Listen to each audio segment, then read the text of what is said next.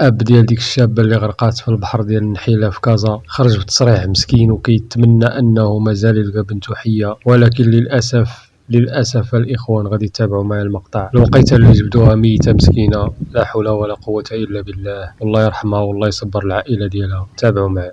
مازال ما لقاوش الدريه، قبيله هما كيقلبوا عليها مازال ما لقاوش. نتمنوا من الله يا ربي لا تحرمني بنتي، انا مازال باقي عندي امل نلقاها.